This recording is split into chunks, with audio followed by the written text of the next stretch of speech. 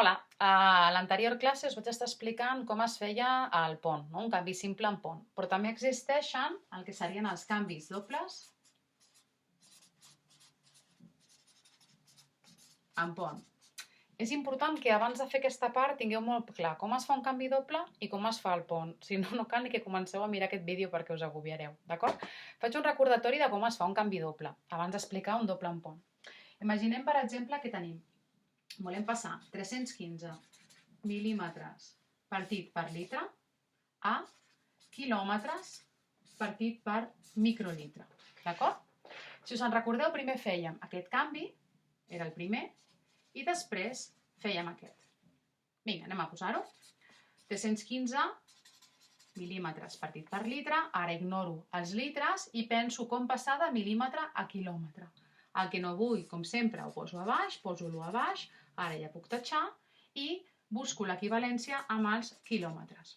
Ara aquí no ho tinc per tenir més espai, però serien, per passar de mil·límetre a metres 10 a la 3, quilòmetre 10 a la 6, seria 10 a la menys 6 quilòmetres. Compteu els salts i veureu que us dona això.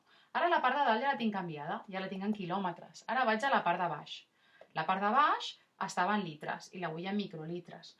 El litre, com és el que no vull tenir, ho posaré en diagonal, per així podeu tatxar. I pensem en l'equivalència en els microlitres, que seria 10 a la 6 microlitres. Si us fixeu, aquí hem fet el primer canvi i aquí hem fet el segon canvi. Un cop introduït a la calculadora, d'acord, que havíem dit que això per introduir-ho a la calculadora havíeu de posar 315 exp menys 6 entre exp 6, d'acord? Alguns teníeu l'exp i l'altres teniu el 10 a la x a les vostres calculadores. Un cop introduït, veurem que això ens donarà 3,15 per 10 a la menys 10 unitats. A dalt tindrem quilòmetres i a baix tenim microlitres, tal com volíem, d'acord? Ara anem a imaginar una situació en què a dalt o a baix haguéssim de fer un canvi de cúbics a litres o viceversa, d'una escala a l'altra. Vinga, anem a imaginar ara un canvi doble on hi hagi un pont. Imaginem que hem de passar de 1,18 grams partit per mil·límetre cúbic a quilograms partit per decilitre, d'acord? Si ens fixem, la part de dalt seria un canvi normal de grams a quilograms i la part de baix, el segon canvi, és on tindríem el pont. Per què? Perquè m'estem passant de l'escala dels cúbics a l'escala dels litres, d'acord? Anem a veure com ho hauríem de fer. Comencem.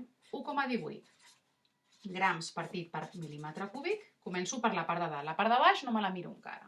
Vull passar de gram a quilogram, per tant, posarem un gram a baix perquè així puc tatxar i entre gram i quilogram, si feu els salts, veureu que us dirà que són 10 a la menys 3 quilograms. Perfecte. I hem passat de gram a quilogram. Ara anem per la part de baix. A la part de baix, si us fixeu, hem de passar de mil·límetre cúbic a decilitre.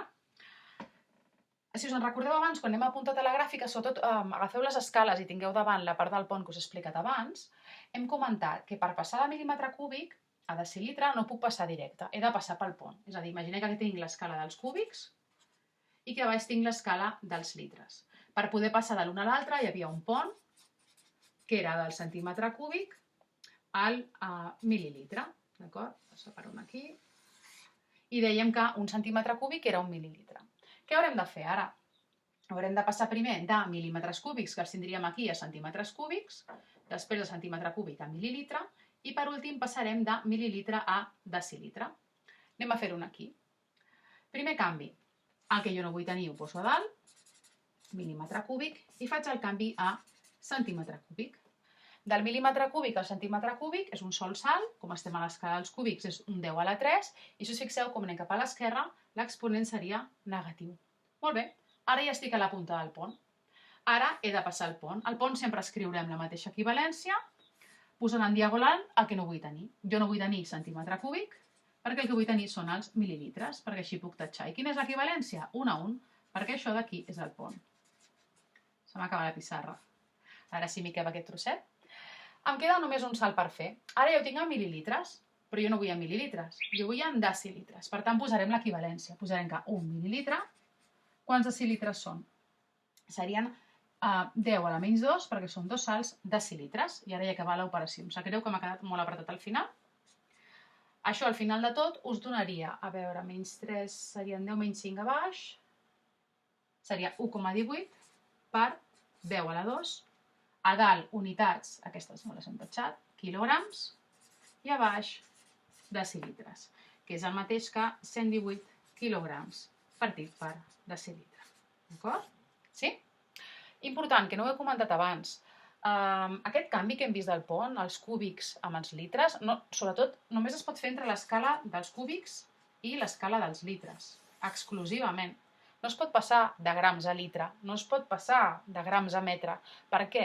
Perquè entre aquests dos ho podem fer perquè són unitats de volum. Jo una habitació la puc mesurar en metres cúbics o la puc omplir d'aigua, són els litres d'aigua que tinc. Tot és volum. Només es pot fer entre aquests dos. Entre les altres escales que hem fet no es poden fer canvis d'aquest tipus. El canvi del pont és només entre aquestes dues escales. D'acord?